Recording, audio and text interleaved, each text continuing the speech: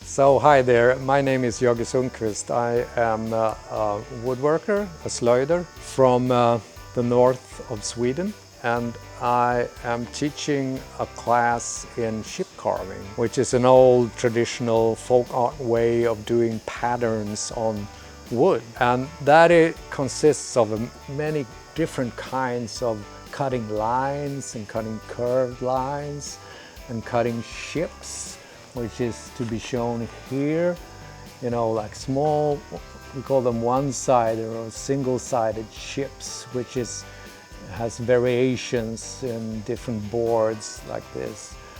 And then we continue with a three-sided ship, which is more complicated, which is this one over here.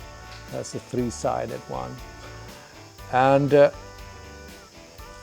when we're done with that, we work with something we called nail cuts. And the nail cuts looks like this, and this is a very old way of doing patterns on wood, way back to Viking time. We need a special gouge for that, of course. But the main knife we're using is a ship carving knife that looks like this, like that. It's pretty short and it's razor sharp, and the technique using this goes like this. You hold your finger, hold the knife in between your fingers like this, and then you wrap them around the knife. You put your thumb down and your knuckle down, so you have 2 degrees, 145 degree like that, and 145 degree like this. And then you can push your thumb down, and then you just pull your hand towards your thumb like this.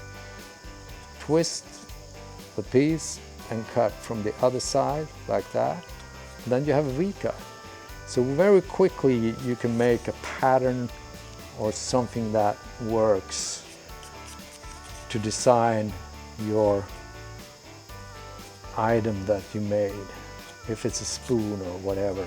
So with this technique you can do almost everything in wood, just with one knife and with one technique.